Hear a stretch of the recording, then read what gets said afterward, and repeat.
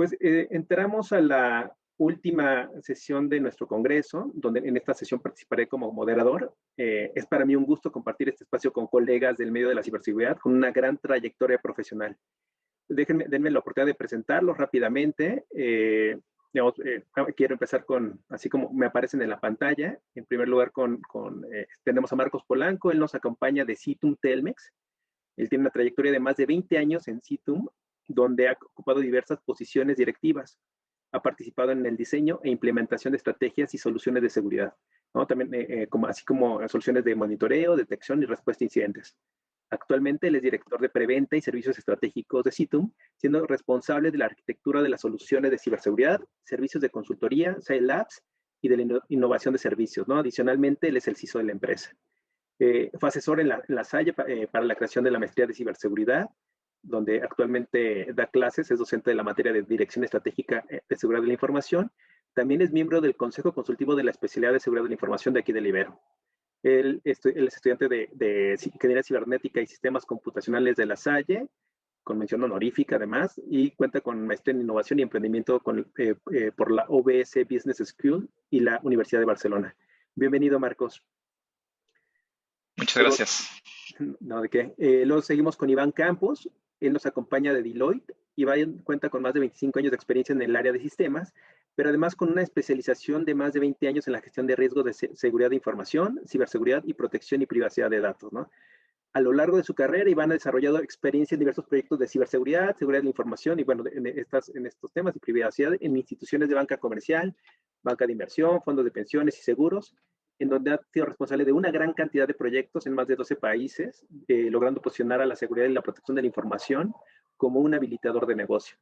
Iván es ingeniero en sistemas computacionales, egresado del TEC, es socio de la práctica de Cyber Risk en Deloitte, LATAM, y Chief Privacy Officer de los países que conforman esta región de Deloitte. Bienvenido, Iván. Muchas gracias, Julián. Muchas gracias a todos por acompañarnos. Sí, muchas gracias. Luego continuamos con Jefferson Gutiérrez, que nos acompaña de KPMG. Jefferson cuenta con 21 años de experiencia en materia forense, privacidad y seguridad de la información, asesorando a empresas de servicios financieros, farmacéuticas, de energía y entre otros sectores en los que ha participado. Jefferson ha encabezado investigaciones forenses en países de Norteamérica y América Latina y Europa, en las que ha sido necesario identificar, preservar, recolectar, analizar y entregar evidencia digital en casos relacionados con competencia desleal, malversación de activos, corrupción privada, cibercrimen, respuesta a incidentes cibernéticos y cumplimiento de la ley de prácticas de corrupción en el extranjero de Estados Unidos, ¿no? FCPA por sus siglas en inglés, entre otras regulaciones. Jefferson también es especialista en regulaciones de privacidad en América Latina y es miembro del Consejo Consultivo de ISC Cuadrado para la región desde 2011. Bienvenido, Jefferson. Muchas gracias, Julián, es un gusto. Y bueno, pues es turno de los de la casa. Seguimos con Omar Herrera, él nos acompaña de BBVA. Omar cuenta con más de 20 años de experiencia desempeñándose en diversos puestos relacionados con la ciberseguridad y la seguridad de la información en el sector financiero de México, donde ha colaborado en 8 bancos, tanto el sector público como el privado, ¿no? Vaya que que tiene conocimiento del ámbito financiero. Él es ingeniero en sistemas computacionales por parte del TEC de Monterrey, y cuenta con una maestría en cómputo forense por la Universidad de Bradford en el Reino Unido. Pues su área de especialidad incluye la gestión de riesgos tecnológicos, cómputo forense, investigación de incidentes de ciberseguridad y criptografía aplicada. Actualmente se desempeña como líder de disciplina de riesgos tecnológico en BBVA México. Bienvenido, Omar. Gracias, es Luis Julián. Buenas tardes a todos. Y bueno, cerramos la ronda de presentaciones con Isami Romero. Él también nos acompaña de BBVA. Isami cuenta con más de 18 años de experiencia en seguridad de la información, riesgos y auditoría de TI. Ha participado y dirigido grupos de trabajo en el Comité de Ciberseguridad de la Asociación de Bancos de México y la Asociación de Instituciones Bursátiles. Allí ha impulsado la colaboración interbancaria como medida preventiva para reducir los riesgos de ciberseguridad en el sector. Él ha sido CISO u oficial de seguridad en diferentes instituciones del sector financiero. También tiene experiencia en las áreas de seguridad y de riesgos en 2 de las Big Four, ¿no? Que son estas grandes que conocemos, ¿no? Isami es ingeniero en sistemas computacionales por del Valle de México y además tiene un MBA por parte de la Utlab Jenkins Graduate School y actualmente él se desempeña como líder de la disciplina de Information and Data Security en BBVA México. Bienvenido, Isami. Muchas gracias. Buenas tardes a todos. Un gusto verlos. Y bueno, pues la verdad es que cabe mencionar que todos ellos cuentan con diversas certificaciones y estudios en el ámbito de la tecnología y la ciberseguridad. Entonces, digo, para no alargar más la presentación. Bueno, les quiero plantear el siguiente escenario, ¿no? En primer lugar, un mundo post-COVID, ¿no? Mucha de la gente que regresó a trabajar lo hace en un modelo híbrido, ¿no? Según la OMS, no podemos dar por concluida la pandemia. Y bueno, basta mencionar que China acaba de confirmar que confinar a todo Shanghái con más de 26 millones de habitantes, ¿no? Los volvió a poner en cuarentena. Entonces, digo, un primer escenario. En segundo lugar, pues tenemos el conflicto entre Rusia y Ucrania, ¿no? Con todas las sanciones que la OTAN ha puesto a Rusia por su intervención en este conflicto, incluyendo su exclusión del SWIFT, ¿no? Ahorita van, me parece que 7 bancos rusos, ¿no? Los cuales han sacado de este medio. Y bueno, todo pareciera que la batalla se está extendiendo al ciberespacio, ¿no? Entonces, este es un segundo escenario. Y un tercer escenario, ¿no? La gran cantidad de proveedores de servicio que han sufrido algún ciberataque o alguna filtración de datos. Tomemos, por ejemplo, los ataques perpetrados por Lapsus en lo que va del año, en los últimos meses, ¿no? Han afectado a empresas como Microsoft, Samsung, Nvidia, Globant, Mercado Libre, ¿no? Por mencionar algunas, ¿no? Entonces tenemos este escenario. Entonces vayamos con la primera pregunta, ¿no? Con estos escenarios, para el medio financiero, ¿cuáles son los principales riesgos que visualizan en el corto y mediano plazo? Y bueno, pues me gustaría darle la palabra a Marcos. Adelante, Marcos. Y gracias. Primero que nada, muchas gracias a la Ibero y a BBVA por la invitación. Y entrando en materia, y como bien comentas, es un tema bien amplio y hablando de riesgos, pues la verdad es que es un abanico muy grande, pero particularmente yo creo que aquí uno de los puntos más importantes para mí es que se amplió la superficie de ataque. La superficie de ataque es todo eso por donde te puede un atacante vulnerar y lograr su objetivo. Y con esta dinámica del trabajo en casa, de remoto y ahora un modelo híbrido, que de alguna manera pues no vamos a regresar a como estábamos antes, la superficie de ataque se amplió significativamente. Y en algunos casos, no todos, no se hizo de la manera adecuada, ¿no? Se hizo de manera rápida, y entonces eso pues dejó que algunos huecos quedaran por ahí pues expuestos, ¿no? Yo creo que esa es la primera. Y la segunda, también lo comentabas ahorita, es lo que se conoce como los ataques a la cadena de suministro. Es decir, si yo no puedo atacar a la institución que tiene mecanismos muy sólidos, lo que hago es buscar atacar a alguno de sus proveedores sobre todo de servicio y de software. Y eso es lo que ha estado sucediendo. Yo creo que eso es uno de los riesgos más importantes porque es muy difícil controlar a terceros, ¿no? Ahí, aunque hay mecanismos, es muy difícil. Entonces, el hecho de que ataquen a un tercero que me da servicios a mí o que tiene mi información porque yo se la cedo para que haga algún proceso de negocio o parte de, genera un riesgo que hoy es muy latente y con grupos como este que comentas, que están muy enfocados a eso, pues resulta muy complicado. Inclusive este grupo particularmente también está reclutando lo que se llaman insiders, gente que esté dentro de una organización para que pase datos de accesos y con eso tener ni siquiera que sofisticarse con malware y cosas así, simplemente es pagar por tener los accesos y eso hace un escenario muy complejo. Y por último, para ya pasarle también la palabra a los compañeros, yo diría que otro gran riesgo que tenemos, sobre todo en el sector financiero, pero creo que en general, es la complejidad. Hoy los sistemas son muy complejos y cada vez usando servicios en la nube, servicios SaaS, todos esos temas que estamos ahora y que además son súper interesantes y útiles, cada vez es más complejo y cuando tenemos una falla o un ataque, es mucho más complejo también entender dónde está el problema y cómo se conectan las cosas. Y ya hemos visto casos de donde de repente se pierden servicios por algunas horas, por ejemplo, que se cayó Amazon o se cayó alguno de esos, y pues es complicado. Entonces, realmente yo creo que la complejidad es algo que también genera un riesgo, sobre todo la disponibilidad de la operación. Y con eso yo daría, si quieres, por abierto este tema, Julián. Muchas gracias, Marcos. Omar, ¿tú qué opinas al respecto? Y yo concuerdo con Marcos. Yo creo que aquí la palabra clave es resiliencia. Y en este concepto tenemos justamente la clave de cómo atacar y cómo prever todos estos riesgos o preocupaciones derivados tanto de la pandemia como de la situación que tenemos en Ucrania hoy en día. El tema de la resiliencia viene sobre todo por la gran dependencia que tenemos hoy de servicios de terceros.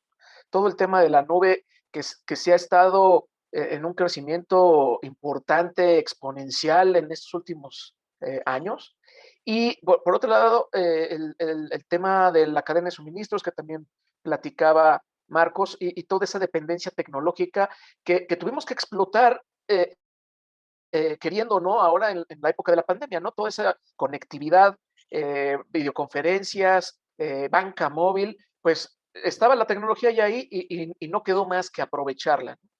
Entonces, resiliencia es justamente esa capacidad de poder tolerar eventos y ataques o situaciones adversas a través de todos estos puntos de dolor que ahora tenemos por estas dependencias, ¿no? Y me gustaría poner también por ahí un par de ejemplos, concretamente en el caso del conflicto que tenemos hoy en día en Ucrania. El tema quizás lo podemos ver un poco lejano, ¿no? Pero es un buen ejemplo de cómo debemos de planear la atención de riesgos en un contexto global. Si bien podría parecer lejano el recibir un ataque de alguno de los intervinientes en el conflicto, un ataque directo en una institución financiera o en una empresa en México, la realidad es que muchas de las empresas globales que hoy en día ofrecen servicios de comunicaciones, servicios en la nube, e incluso servicios de soporte financiero, ¿no? Está, por ejemplo, SWIFT, que es una plataforma para manejo de fondos internacionales. El hecho de que alguno de estos intervinientes, si hay una escalada del conflicto, ataque directamente a uno de estos proveedores o grandes proveedores, no se ve tan descabellado. Y entonces se viene en avalancha una serie de consecuencias para instituciones y empresas que pensaríamos estamos alejados de ese tipo de conflictos, ¿no? Entonces, son cosas que tenemos que tener en el radar y estar atentos y planear también nuestras estrategias de resiliencia y de respuesta ante incidentes considerando ese tipo de escenarios. Y creo que sería toda mi participación para darle la palabra a Isami también. No, bueno, de hecho, bueno, sería Iván, ¿no? Me gustaría que me ayudaras a cerrar estas ideas que plantearon Marcos y Omar, y que, bueno, obviamente a plantear las suyas, seamos rápidos, ¿no? Ahí sí les encargo mucho, chicos, para poder a alcanzar todas las preguntas. Adelante. Seguro, Julián. Sí, claro que sí. No, pues antes que nada, sí, totalmente de acuerdo con lo que comentan Marcos y Omar. En ese sentido, quizá agregar, viendo también un poco más desde el punto de vista de las personas, ¿no? Las personas también, creo que muchos somos por naturaleza curiosos y tendemos mucho también a querer estar informados de qué está sucediendo con todo esto, ¿no? Y a qué voy, pues es que si pasó algo en China, si pasó algo en Rusia, si pasó algo en Ucrania, queremos estar informados y muchas veces también precisamente los cibercriminales, pues aprovechan este tipo de comportamientos humanos, ¿no? Y caemos muchas veces también creo que uno de los mayores riesgos es caer en estos fraudes que ya también nos comentaban en la plática pasada, ¿no? Todo lo que es phishing, creo que es uno de los principales riesgos en los que la gente debe estar muy consciente. Ser muy escépticos, obviamente, ¿no? De cualquier cosa. No dar clic en cualquier link, ¿no? Que nos pueda llevar en teoría, alguna noticia, algún tipo de anuncio, ¿no? Probablemente se utilizó mucho en COVID el tema de las vacunas, por ejemplo, ahora pues muchas las noticias también de lo que es la guerra, ¿no? Yo creo que en ese sentido, como personas, tenemos que estar muy conscientes de todo eso. Y hablando más en el punto de vista empresarial, en general, pero también en banca, creo que pues es muy importante también estar conscientes de los nuevos modelos de negocio. También creo que eso ya se ha hablado mucho.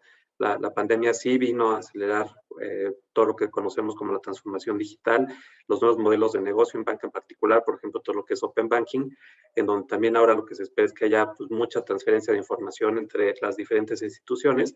Y esto, si bien es en pro, digamos, del cliente, de que tengamos mejores servicios financieros, pues obviamente también representa más riesgos, ¿no? Retomando los puntos que decían, para recalcar, creo que todo lo que tiene que ver con la gestión de riesgos de terceros se va a volver sumamente crítico, porque quizá nosotros como organización podemos tener los más altos niveles, pero finalmente dependemos de mucha gente, ¿no? Y toma también el concepto que ponía Omar, ¿no? Este tema de la resiliencia es muy importante y lo que ahora se conoce también como disrupción en cascada, ¿no? Tenemos que estar preparados no solamente para recuperarnos nosotros, sino también para recuperarnos incluso lo que le pueda pasar a algún tercero, ¿no? Hablando de riesgos que se pueden ver derivados, por ejemplo, del conflicto entre Rusia y Ucrania, creo que puede haber represalias, por ejemplo, al sistema de SWIFT, ¿no? Finalmente, pues expulsaron a los bancos rusos de la comunidad de SWIFT, ¿no? Pudiera haber ahí un tema de riesgos. Y finalmente también esto, ¿no? O sea, grandes compañías de tecnología también salieron o quitaron su operación de Rusia y eventualmente una posible represalia podría ser a lo mejor ataques de este tipo de infraestructuras que finalmente, pues sí, ¿no? Nos representan un riesgo de disrupción en cascada porque si tiran a Azure, a Amazon, a Google, etcétera, hay un montón de empresas que dependen realmente de su operación en este tipo de proveedores, ¿no? Muchísimas gracias, Iván. Pues bueno, vayamos ahora con la segunda pregunta, ¿no? O sea, ya nos plantearon una serie de escenarios o de riesgos que se pudieran sufrir en el medio financiero y que, bueno, pueden abarcar a otros medios. La segunda pregunta es, oye, ¿cuál es el impacto que estos riesgos podrían tener en el medio, ¿no? O sea, una cosa son los riesgos, ahora, ¿cuáles son los impactos? Entonces, para ello, quiero invitar a Isami a que nos dé su opinión. Ok, aquí yo plantearía dos enfoques. El primer enfoque es hacia personas, ¿no? Que no importa cuál sea el evento que suceda en el mundo, siempre va a venir con una estela de una campaña de phishing enfocada a usuarios finales, ¿no? Entonces, seguramente vamos a ver campañas de temas de COVID, temas de lapsus, temas de apoya al país de tu predilección, por el que tienes mayor simpatía, dando clic aquí, ¿no? No importa lo que sea, pero siempre va a haber un dando clic aquí o contestando esto. Entonces, para usuarios finales, seguramente el impacto llegará tema phishing, naturalmente, ¿no? Ahora, pensando en los proveedores preponderantes en Internet, que es algo que mencionó Omar, Iván y Marcos, también esto me parece que pudiera afectar no solo a las empresas, ¿no? Sino también a los usuarios finales. Como el día de hoy, ¿cuántos en nuestra casa tenemos Alexa o tenemos el servicio de Google, tenemos termostatos, detectores de humo, el calendario, Google Suite, tenemos N número de servicios de Amazon y de Google? Si uno de estos dos servicios se afectara, recuerdo que hace tiempo leí que en caso de tener una caída relevante en Internet, esta se podría equiparar con un apagón de energía eléctrica generalizado, ¿no? Con los impactos que pudiera tener por el tiempo que fuera este impacto, ¿no? Porque perderíamos comunicaciones, perderíamos información, perderíamos inteligencia y bueno, y además de servicios que ya están operando con IoT. Entonces, ese es el impacto que estoy viendo, principalmente en tema de personas y posteriormente en empresas al ocupar estos servicios en la nube, que son muy buenos, que son resilientes, pero que en caso de que sean afectados directamente, el impacto también sería de la misma manera. Muchísimas gracias, Isami.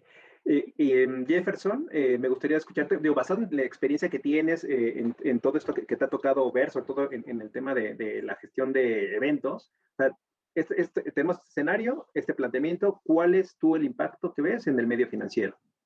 Por supuesto, muchísimas gracias, Julián. Te saludo y espero que tanto tú y todos quienes nos escuchen se encuentren muy bien. Entonces, quiero poner un número sobre la mesa fundamentalmente. 10.5 trillones de dólares, imagínense eso, es lo que se espera que sea el impacto del cibercrimen de aquí al año 2025. Básicamente lo que estamos viendo históricamente es que el impacto del cibercrimen casi que se va duplicando o triplicando con cada año, ¿no?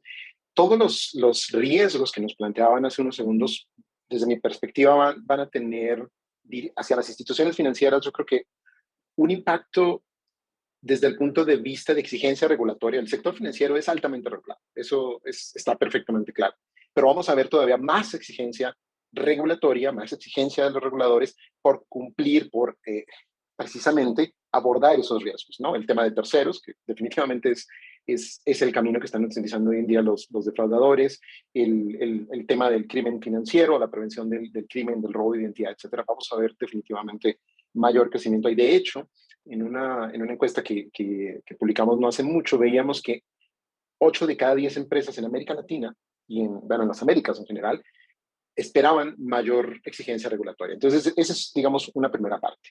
El hecho de tener este mayor espectro de riesgos, si se quiere, desde el punto de vista de ciberseguridad, pues también va a llevar a una necesidad de tener más personas, ¿no? Más gente que nos ayude. Fausto en su conferencia anterior decía, necesitamos personas y hay que tener personas.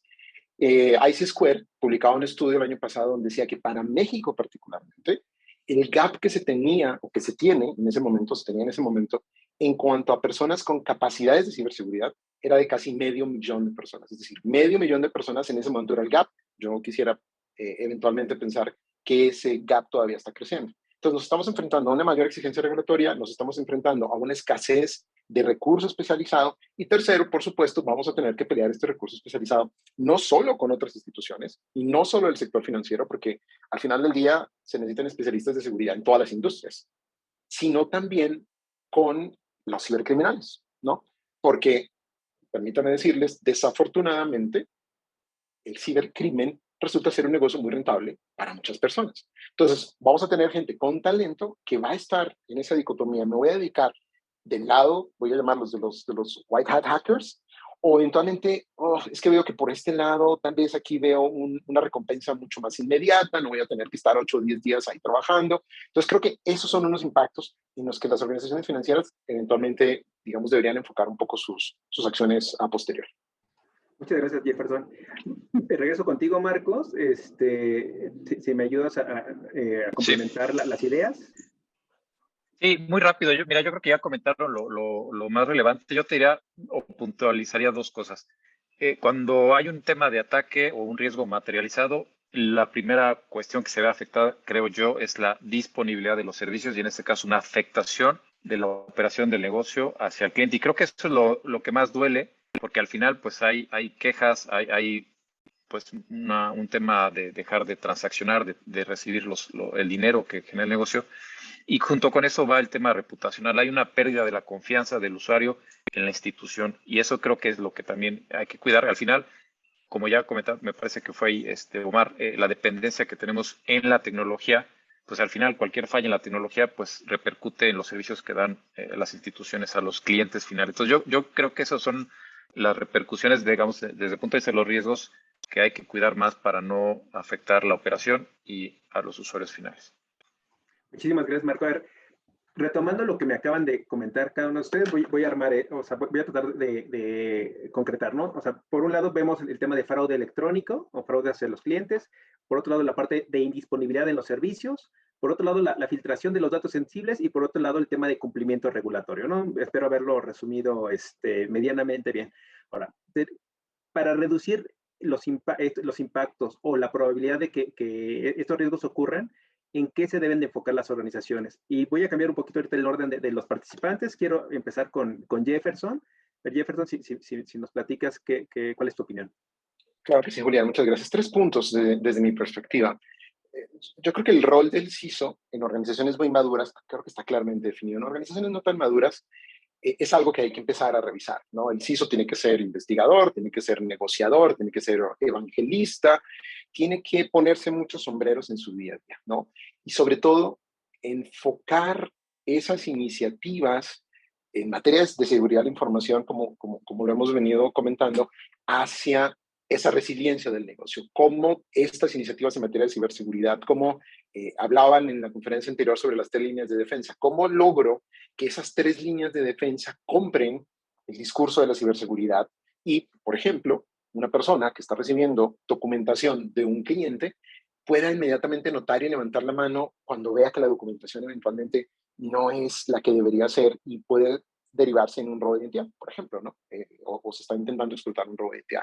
Entonces, ese primer rol, ese primer punto, pues bueno, es este rol ampliado, si se quiere, donde el CISO tiene que todavía insistir más a la organización en ese ver la ciberseguridad como algo que es importante para la permanencia en el negocio. Y si ampliamos a eso hacia lo que hoy en día estamos viendo, que son temas de ESG, ¿no? Ambientales, sociales y de gobierno, pues obviamente vamos a tener un mayor tema. Número 2, hay una tendencia muy alta de fraude, de robo de identidad que se llama SIF, Synthetic Identity Fraud. ¿Eso qué es?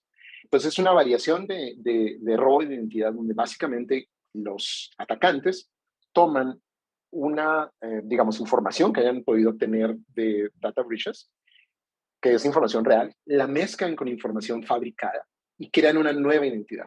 Eso está complicando muchísimo en este momento en los Estados Unidos. Es eventualmente el tipo de cibercrimen o ciberataque que más está creciendo, estas identidades sintéticas, porque se vuelve mucho más complicado para las organizaciones identificarlos. Entonces, nos decía también Fausto, y me pareció muy interesante, todos estos mecanismos que se están implementando para tratar de validar la identidad del cliente, ¿no? Pero sintética, identity fraud, inclusive puede ir más allá de eso, ¿no? Y puede comprometer ese tipo de recursos. Y lo tercero, el tercer punto que creo que las organizaciones se deben enfocar, las organizaciones financieras, precisamente aborda esto que mencionábamos o que se mencionaba anteriormente, de cómo los cibercriminales están llegando a los empleados y a los terceros. Entonces, este insider threat, como se llama esto, pues es importante que se empiece a abordar de mayor manera o de mejor manera en las organizaciones.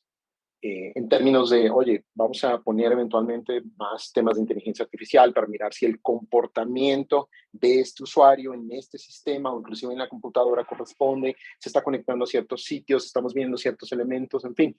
Creo que esos son 3 elementos que pueden ayudar a mitigar estos riesgos de buena suerte, Julián. Muchísimas gracias, Jefferson. Marcos, ¿cuál sería tu recomendación para reducir estos impactos, ¿no? O la probabilidad de ocurrencia? Estás en mute. Sí, perdón, no podía fallar. Sí, gracias. Efectivamente, mira, yo creo que hay un chorro de cosas y creo que los bancos son los más avanzados en esto. Yo mencionaría 3 para complementar lo que ya comentó Jefferson, pero diría la primera es automatización. Tenemos que ver cómo algunas operaciones, la mayoría de lo que se pueda, tener ya mecanismos de automatización, porque efectivamente hay una escasez de personal y no podemos depender todo de que la gente lo analice y responda. Entonces, creo que la automatización es un reto, también no quiere decir que sea fácil, de hecho tiene sus complejidades, pero creo que la automatización definitivamente es una. La otra es reducir la complejidad. Desde el punto de vista de seguridad, ha habido encuestas de cuántos fabricantes, de cuántas tecnologías, de distintas marcas depende una institución, y entre más grande, el número tiende a ser muy grande. Y eso complica mucho la operación. Claro, las tecnologías, pues al final es un tema también de especialización o de foco en lo que hacen las tecnologías, pero en la medida que se pueda reducir esa variedad e integrar consolas y plataformas, creo que también es algo que ayuda para poder operar también mejor. Y yo diría la última, que es un tema muy amplio, pero que también es muy importante, es el desarrollo seguro. En la medida que las aplicaciones, y aquí diría no solo las instituciones financieras, sino en todos los que desarrollan software, consideran la seguridad, ya nos lo comentaba Fausto también, desde el día 1, y tenemos productos más seguros al final, eso ayudará mucho. No va a eliminar el problema, porque obviamente eso es muy complicado, pero por lo menos va a reducir un poco, porque hay algunos temas de aplicativos que luego pues tienen muchas vulnerabilidades y como siempre digo, los atacantes tienen tiempo y dinero, cosa que nosotros normalmente no tenemos, o no la que quisiéramos, el presupuesto ni el tiempo. Entonces, ellos tienen tiempo de estar probando y nosotros tenemos que dedicarle tiempo a sacar las cosas mejor en cuanto a las aplicaciones. Esas son las 3 que yo mencionaría para complementar. Excelente, Marcos. Muchas gracias. Y bien interesante, este tema del Secure by Design es un punto muy importante, ¿no? Ahora, Omar, desde tu punto de vista, ¿qué nos recomiendas? Sí, ¿O qué recomiendas a las instituciones? Claro, yo continuaría complementando las ideas de Jefferson y de Marcos de cambio de estrategia. Yo creo que el concepto fundamental aquí es regresar a lo fundamental. Y en ese sentido, creo que lo importante es identificar qué es lo esencial a proteger y proteger de adentro hacia afuera. Las medidas de control más efectivas siempre son las que están más cercanas al objetivo que queremos proteger. Entonces, donde está la bóveda, donde está el dinero, donde está la información de nuestros clientes, de ahí hacia afuera hay que empezar a proteger. Claro, decía Marcos, la complejidad es un tema que tenemos que resolver también, ¿no? Entonces, hoy en día la información está dispersa en todos lados, tenemos que cuidar muy bien en dónde ponemos los controles y cómo lo balanceamos. Pero es un hecho que no podemos nosotros buscar ganarle la carrera al crimen organizado tratando de proteger todo de la misma manera. Entonces tenemos que priorizar y escoger en dónde vas a poner los controles principales. Eso es gestión de riesgos. Y en la medida es que esa gestión de riesgos es efectiva, vas a atacar los principales dolores de cabeza que tienes. Excelente, buenísimo este tema de la gestión de riesgos. Pues, a ver, ahorita vamos a continuar con la siguiente ronda de preguntas y para ello quiero que planteemos lo siguiente, ¿no? Ahí está. Perdón, es la siguiente. Vamos a darle un rostro más humano a los problemas, ¿no? Normalmente cuando hablamos como en el éter y a veces a la gente de a pie se le complica el entender eso cómo lo aplica, ¿no? Imaginémonos a una chica vamos a ponerle el nombre, el nombre Laura, ¿no? Que con toda ilusión termina su carrera, ¿no? Por ejemplo, en ingeniería, y el día que es contratada y abre su cuenta de nómina en BBVA, se entera de que está boletinida en el buró de crédito por un préstamo que no pagó hace 3 años, ¿no? Del cual no tenía ni idea. O imagínense aquí a los empresarios, ¿no? Que tienen un bar virtual o una zapatería, ¿no? Y del cual dependen 10 familias. ¿No? El día de la quincena no pueden dispersar la nómina por falta de disponibilidad, por a lo mejor un ataque de negación de servicio. Y otro, ¿no? Tenemos a una enfermera jubilada, Estela, pongámosle el nombre, quien recibe una supuesta llamada del banco y al final de la llamada le vacían la cuenta dejándola sin ahorros, ¿no? Entonces, detrás de un ciberataque, de una filtración de datos, de un fraude digital o de una falla en los servicios, existen personas que se ven afectadas. Entonces, aquí la pregunta es la siguiente para ustedes, ¿no? ¿Qué les recomendaríamos como profesionales de la ciberseguridad a estas personas, ¿no? A Laura, a Estela, a Juanita, a Pepita, ¿no? Entonces, aquí te voy a pedir, Iván, que nos platiques cuál es tu punto de vista. Bien, pues mira, yo creo que lo primero es no tenerle miedo a la tecnología, ¿no? La verdad es que yo creo que lo que hay que hacer realmente es entender, ¿no? Me gustó mucho la imagen que pones porque realmente te refleja, pues, quiénes son los usuarios de la tecnología, y somos prácticamente todos, ya lo dijimos. Realmente el COVID vino a cambiar todo esto. Me presentaron ustedes ya algunas cifras de cómo creció, por ejemplo, el número de usuarios de banca móvil, por ejemplo. Entonces, yo creo que mi primera recomendación es entender, ¿no? Realmente la tecnología, no tenerle miedo, pero sí ser muy escépticos, ¿no? Decíamos que muchos realmente de los ataques que terminan afectando tanto a una persona como a una organización se derivan de estas técnicas que son más de lo que llamamos ingeniería social, que están enfocadas a engañar a las personas. Entonces, creo que la primera recomendación, además de no tenerle miedo a la tecnología, es ser muy escépticos, ¿no? Cualquier cosa que suene muy bien o muy mal, ¿no? Que puede ser también, oye, ya me metió un gol en la tarjeta, etcétera, hay que ser sumamente escéptico. Otra recomendación también muy enfocada hacia lo que es la gente, creo que estos son temas que deberíamos de hablar incluso en familia, ¿no? ¿Y a qué me refiero? Muchas veces los más vulnerables son o los muy pequeños, que ya tienen también muchos dispositivos electrónicos, o los mucho más mayores, ¿no? Que también son personas que a lo mejor por la falta de conocimiento de la tecnología, pues son más fáciles de engañar, ¿no? Entonces creo que es algo que deberíamos de nosotros conversar directamente en familia.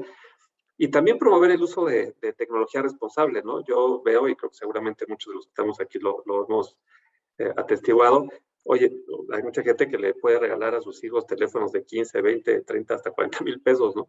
Entonces, oye, si vas a hacer ese tipo de regalos, pues por lo menos también hazlo de una manera responsable, ¿no? Enséñales por lo menos las prácticas básicas de seguridad, ¿no? ¿Y a qué me refiero?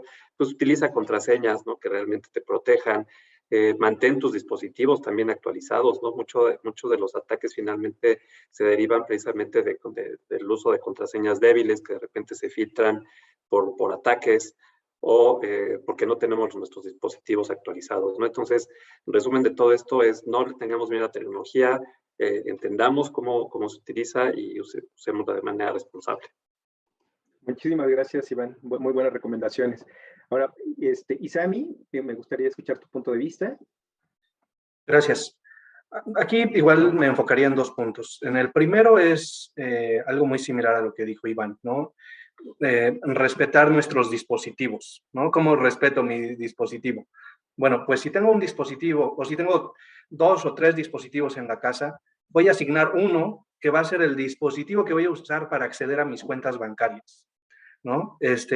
Y no voy a usar ese dispositivo para descargar N número de juegos gratuitos, que sabemos que en Internet nada es gratis, para después dárselo a mi sobrino, a mi hijo, a quien sea, y permitirle que descargue lo que quiera ahí, ¿no? Entonces, eso va a ser el respetar nuestros dispositivos. Buscar asignar uno en donde lo respetemos, donde lo usemos de manera seria para temas de banca, temas profesionales, etcétera.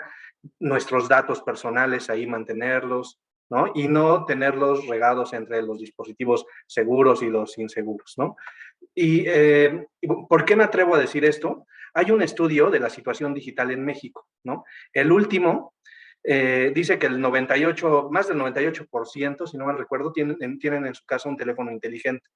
El 74% cuenta con una computadora y cerca del, creo que el 50% cuentan con una tablet. ¿Qué quiere decir esto? Que en el 50% de las familias donde se hizo este estudio tienen al menos 3 dispositivos. Y por eso es que me atrevo a decir, puedes asignar uno y para usarlo de manera responsable, ¿no?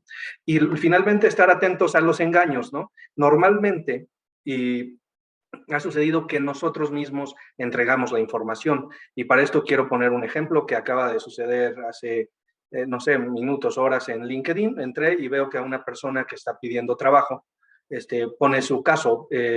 Resulta que le engañaron porque le dijeron, oye, te ofrezco un trabajo en una institución de gobierno, por favor envíame todos estos datos, ¿no? Le pedían INE, CURP, le pedían los últimos 2 recibos de su trabajo anterior, etcétera, ¿no? Y pues por la necesidad, emoción de haber encontrado algo, empezó a liberar información, ¿no? Entonces, al final nosotros somos los que estamos entregando la información. Entonces, estar atentos a en dónde estoy poniendo mi información, ¿no? Y que no me agarren descuidado en una llamada para engañarme como las que platicó Fausto o como esto que les platico en este momento.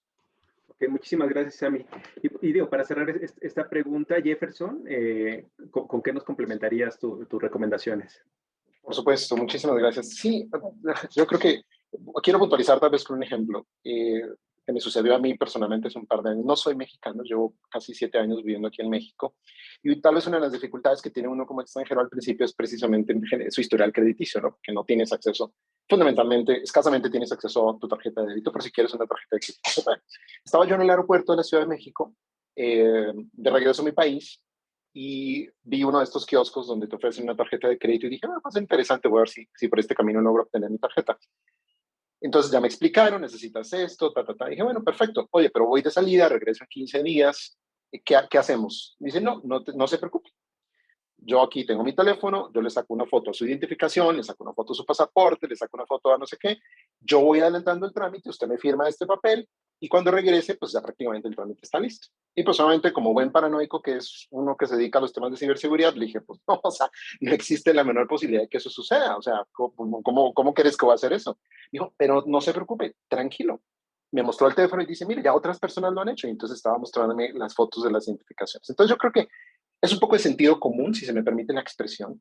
Yo creo que cuando uno entienda que el cibercriminal es un actor que no tiene escrúpulos, como mencionaba, creo que Iván hace un segundo, que al final del día los niños son muy vulnerables, los adultos mayores son muy vulnerables, pues el cibercriminal no va a discriminar, él no va a decir, no, espérate, no, a la señora que tiene los ahorros de toda su vida no voy a robar, no le importa, para nosotros somos un número, somos una identidad más. Entonces yo creo, sentido común, definitivamente yo creo que es algo que podemos empezar a aplicar, empezar a generar esta, quiero llamarla, en inglés sería literacy, en materia de ciberseguridad. En este momento hay cualquier cantidad de recursos didácticos, tanto para personas mayores como para niños, donde pueden empezar a meterse más en este mundo, a ver más ejemplos. Yo creo que eso es un punto importante que todos, en nuestras casas, con nuestros vecinos, con nuestros familiares, en la escuela, en nuestro trabajo, debemos empezar a impulsar más. Definitivamente yo creo que por ahí es definitivamente el camino.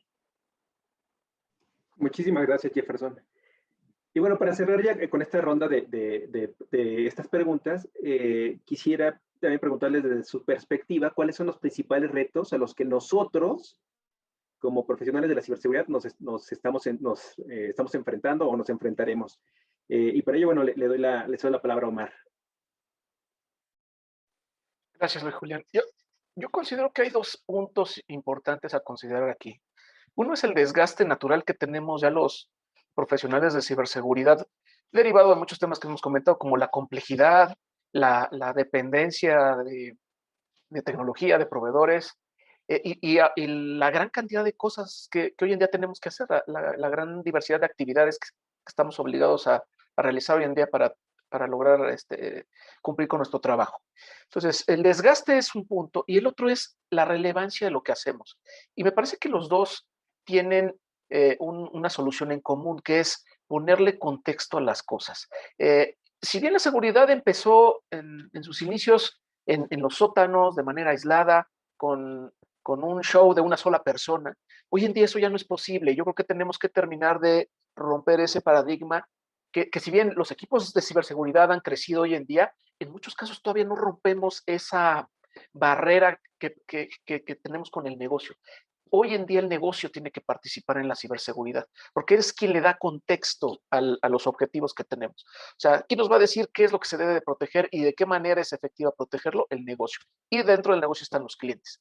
Entonces, tenemos que incorporar esos elementos, priorizarlos, hacerlos propios y enfocar las baterías, todos los controles que tenemos y nuestros esfuerzos, nuestras actividades en defender eso, ¿no? Entonces, en la medida que lo hagamos, vamos a estar menos desgastados y vamos a estar más enfocados en dar resultados de valor. Muchísimas gracias, Omar. Iván, ¿tú qué opinas al respecto? Pues mira, yo también lo voy a enfocar mucho en la gente, ¿no? Bueno, como primera parte, porque creo que algo con lo que luchamos todavía mucho es precisamente lo que llamamos muchas veces el eslabón más débil, ¿no? De la cadena. Podemos invertir, como la industria financiera, billones o trillones de dólares en seguridad, pero muchas veces esto se rompe precisamente pues porque hay un usuario final, porque hay un cliente, etcétera, que cae en alguno de estos engaños y por más millones que se hayan invertido, pues finalmente se termina concretando el cibercrimen, ¿no? Entonces yo creo que uno de los principales retos es seguir educando. O sea, de verdad creo que estos eventos que están haciendo, en este caso gracias a BBVA y a la Ibero, es algo que tenemos que promover muchísimo, porque yo creo que es uno de los principales retos, ¿no? Cómo fortalecemos ese eslabón más débil dentro de la cadena. Ahora, otro reto bien importante que tenemos, y por allá también lo mencionaba uno de los colegas, es de que el cibercrimen realmente se ha convertido en uno de los pues, delitos más rentables, ¿no? ¿Y por qué es rentable? Porque finalmente pues, es fácil de monetizar, el robar datos, el robar tarjetas de crédito, el robar, etcétera. Y además vemos que cada vez hay más cibercriminales que están motivados, ¿no? Que como bien decían por ahí también, tienen todo el tiempo del mundo y cada vez están mucho mejor financiados precisamente por toda la rentabilidad que están teniendo, ¿no? Entonces, pues la verdad es que muchas veces van un paso adelante que de nosotros que estamos, digamos, del lado de los buenos, ¿no? Y creo que por último, otra cuestión también que va a ser bien importante, que ya se ha mencionado, pero que vale la pena destacar, es esta falta de talento, ¿no? Por un lado la falta de talento y por la otra la oferta también, la verdad, lo digo muy abiertamente, de ciertos profesionales que se venden a lo mejor como que son muy buenos, pero que la verdad es que pues tienen poca experiencia, ¿no? Entonces creo que estar lidiando también con esta falta de talento es algo que nos va a costar trabajo. Coincido en que deberíamos de trabajar como instituciones cada vez más en automatización, etcétera, pero pues esto también lleva tiempo, dinero y esfuerzo, ¿no? Entonces creo que en general son de los retos más importantes que tenemos. Y creo que el último también, y más enfocado a lo mejor en la sociedad mexicana en general, es también la falta incluso de leyes que nos protejan en este sentido, ¿no? En el Congreso ha habido pues muchos intentos y se ha quedado ahí medio congelada tener una ley de ciberseguridad. Es muy complejo también si alguien va a denunciar, por ejemplo, un ciberdelito. O sea, créeme que para que un Ministerio Público lo entienda es súper complicado, no tienen la capacitación. Está, por ejemplo, la Policía Cibernética, que la verdad es que creo que es un excelente trabajo, pero no se da abasto, ¿no? O sea, no puede atender a cada una de las personas. La Policía Cibernética está básicamente enfocada a lo que llaman los delitos de alto impacto que se hacen a través de las redes, ¿no? Que pueden ser desde el secuestro, el mismo narcotráfico, etcétera, ¿no? Entonces, creo que esos son los retos que tenemos también como profesionales en seguridad. Muchísimas gracias, Iván. Y bueno, para cerrar esta pregunta, Isami, desde tu perspectiva, ¿cuáles son los principales retos a los que nos enfrentamos los profesionales de la ciberseguridad? Ok, el primer reto que veo como profesional de ciberseguridad, trabajando en una institución, es el que conocemos de toda la vida. Buscar la estrategia adecuada para que con los recursos finitos que tenemos podamos cubrir la mayor superficie de ataque que bien mencionó Marcos, proteger el mayor número de activos y además hacerlo para ayer, ¿no? Entonces, creo que hacerlo muy rápido. Eso es, creo que el principal reto como profesional y pensando que estamos trabajando en la banca, donde la protección tiene que estar lista ya, ¿no? Por otro lado, creo que hace una o dos preguntas, Iván mencionó algo que me llama mucho la atención, que es platicar con las familias, ¿no? Dentro de las familias. Y esto es algo que también me gustaría decir, que es uno de los retos que son muy importantes y de los que más me gustan a mí, personal y profesionalmente, porque como bien lo dijeron en la plática de educación financiera, la educación financiera hay que aprenderse desde niños y la ciberseguridad es lo mismo, así como lo he dicho en otros foros, como comer con cubiertos. Aprendes a comer con cubiertos y llegas a la casa de tu amigo y los vas a usar, ¿no? Entonces, aprendes de salud financiera y no importa que ganas 3 pesos o 3 millones, la vas a usar. Aprendes de ciberseguridad y cómo proteger tus activos de información, y no importa si tienes 8 años o tienes 60 o 70 años, lo vas a usar. Entonces, este es un reto que a mí me parece muy importante, el poder colaborar, el poder platicar con nuestras familias, con nuestros amigos y en la red de contactos. Y ahí en la red de contactos es donde finalmente van a desaparecer los colores y la firma A y la firma B, el banco azul, el banco rojo, y es donde va a empezar a fluir la colaboración entre particulares, en particulares con gobierno, y entonces es donde van a empezar a surgir foros como el que hoy tenemos, ¿no? En donde podemos platicar abiertamente de N número de temas relacionados a temas de seguridad o ciberseguridad, y esta información que estamos compartiendo a alguien le puede ser útil. Entonces, ese me parece el otro reto igual de importante. No, excelente tu visión de, o sea, la ciberseguridad como el uso de los cubiertos, ¿no? No, muchísimas gracias por tu punto de vista, Isami, ¿no? Y bueno, tocas el tema de la colaboración y bueno, se ve que lo traes en la sangre, ¿no? Muy bien. Gracias. Entonces, pues vamos a abrir con esto cerramos las preguntas que tenemos en nuestra mesa. Vamos a ver si nuestros participantes, los asistentes, tienen alguna pregunta. Vamos a ver. No sé si nos pueden compartir alguna pregunta por el chat, para los que están por aquí, o si hay algo que quiera alguien, aprovechando en lo que se integran las preguntas, hacer algún comentario de algo que hayamos omitido en la sesión. A mí me gustaría, si me permites, Julián, nada más una sugerencia adicional para las personas. Algo que yo he visto y que es poco común que se tenga a nivel persona, pero que es muy conveniente, es tratar de activar la autenticación de 2 pasos o de doble factor en servicios comunes. WhatsApp lo permite, Facebook, todas las redes sociales, Gmail, prácticamente muchos de esos servicios que usamos como personas ya tienen habilitado, y no es tan complejo, parece demasiado, a veces parece muy sofisticado, pero realmente es sencillo, y eso ayuda a reducir la probabilidad de que nuestras cuentas pues sean robadas, ¿no? Yo creo que eso es una recomendación que a mí me parece no es tan trivial, pero tampoco es complejo, y que ayuda muchísimo. A mí me ha tocado ver muchos casos de cuentas de WhatsApp que son robadas y que luego, ya saben, empiezan a mandar los mensajitos de préstame dinero y algunos caen, etcétera. Hay muchos casos, pues, y yo esa recomendación me parece que sería también muy útil. No es, insisto, complicado, y creo que vale la pena buscar si los servicios que tengo tienen esa posibilidad, activarla. Excelente. Muchísimas gracias, Marcos. No sé, ¿alguien más que quiera platicaros? Sí, si me permites, adelante, Jefferson. Perdón, gracias, perdón. Jefferson, adelante.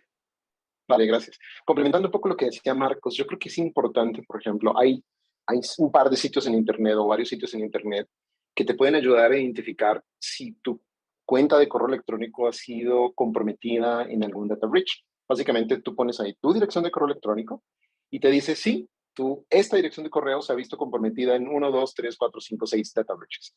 ¿Esto qué significa o cuál es la implicación que esto tiene? Si somos como tal vez la mayoría de los usuarios que utilizamos eventualmente la misma contraseña en muchas partes, pues el atacante con esta identificación, donde en algunos casos se puede haber visto comprometida la contraseña, lo primero que va a intentar hacer es entrar a tu correo electrónico con esta clave y tratar de identificar elementos de interés, ¿no? Información bancaria, información de algún otro tipo de sistemas. Si alguno de ustedes está dedicado a temas de criptomonedas, pues obviamente información de sus criptomonedas. Y entra aquí a jugar lo que se mencionaba el segundo factor de autenticación. Oye, pueden tener mi contraseña, pero si no tienen el segundo factor de autenticación, no van a poder entrar. Entonces, yo creo que eso es un punto importante. Digamos, las compañías de correo electrónico ofrecen inclusive autenticación todavía más avanzada si uno quiere activarla. Hablo en el caso particular de Gmail, por ejemplo. Si uno quiere y si uno considera que su información es muy sensible, puedes habilitar inclusive que no se pueda iniciar sesión si no tienes un dispositivo físico que tienes que conectar a la computadora o al teléfono, por ejemplo. Entonces son herramientas que podemos utilizar para todavía incrementar un poco más nuestra seguridad digital, por así decirlo. Muchas gracias. Veo por aquí una pregunta que a lo mejor se me pasó de vista igual, veo, hemos estado tocando el tema, ¿no? Jesús Muñoz comenta que en una era digital y con la incertidumbre que tanto en mercados como en el servicio financiero como tal, dice cuál es el escenario que se proyecta, cómo actuar y cuál es el panorama en que nosotros podemos prevenirnos. Bueno, creo que eso ya lo hemos respondido a lo largo de toda esta sesión. Ojalá con lo que viste, lo que escuchaste, Jesús, haya quedado resuelta. Adelante, Iván. No, de hecho yo quería elaborar un poco sobre esa pregunta. La verdad es que creo que el escenario que se proyecta pues no es nada bueno, ¿no? La verdad es que el cibercrimen va a seguir creciendo, es un hecho. O sea, hemos visto cómo año con año crece por lo mismo que ya comenté. Es un delito muy rentable, pero sumamente rentable. Y aparte, si lo ves desde el punto de vista criminal, también con esto que ya mencionaba, también incluso falta de leyes, de acuerdos internacionales, etcétera, pues es muy difícil que agarren a alguien, ¿no? O sea, la verdad es que esto seguramente va a seguir creciendo.